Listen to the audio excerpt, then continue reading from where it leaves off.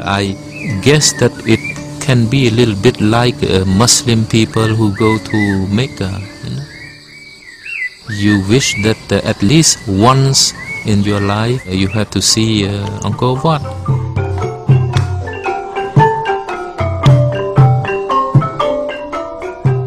At Angkor Wat, Buzy encountered a troupe of Cambodian dancers. He was entranced.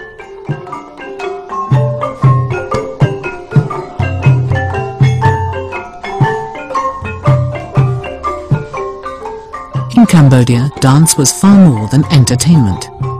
According to one founding myth, the Cambodian people were descended from the holy union of a hermit and a celestial dancer. Dancers, in a way, are the link between the human and the divine. And the dance had a ritual function.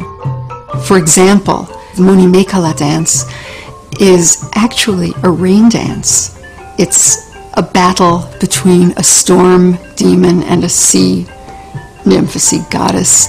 And when thunder and lightning go at each other, it brings rain to nourish the rice fields of Cambodia.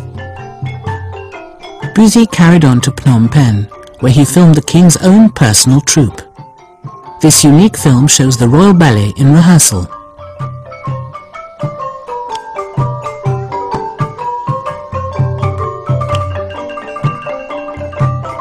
To have this material recorded, to see the exercises, is just amazing. Simply because no one would have seen them. No one except, literally, the dancers and the king.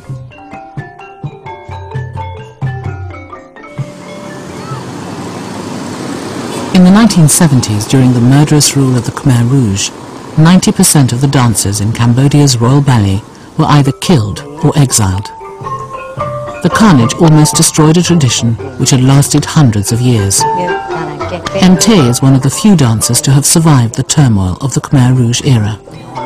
Today she teaches in Phnom Penh, demonstrating to a new generation the skills Buzy photographed in the 1920s.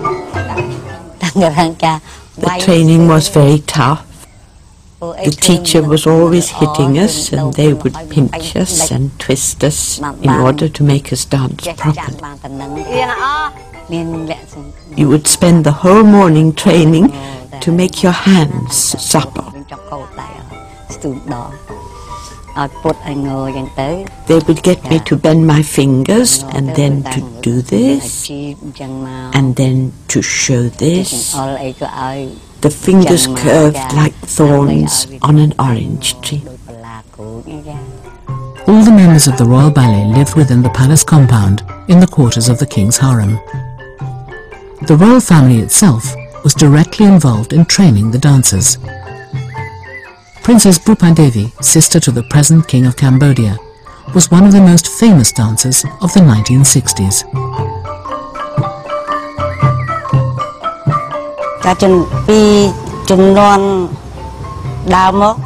In those days, the dancers from the Royal Ballet were all one big family, and the king looked after that family. Everyone lived within the walls of the royal palace. Mothers with their children, and the skills and techniques were passed from mother to daughter, generation to generation.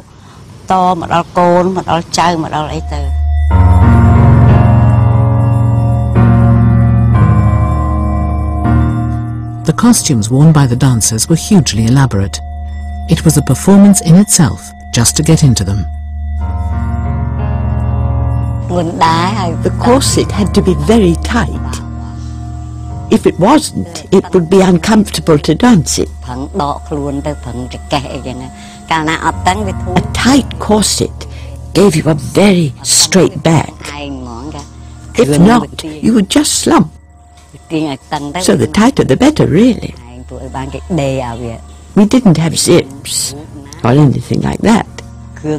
Costumes were actually sewn onto the dancers.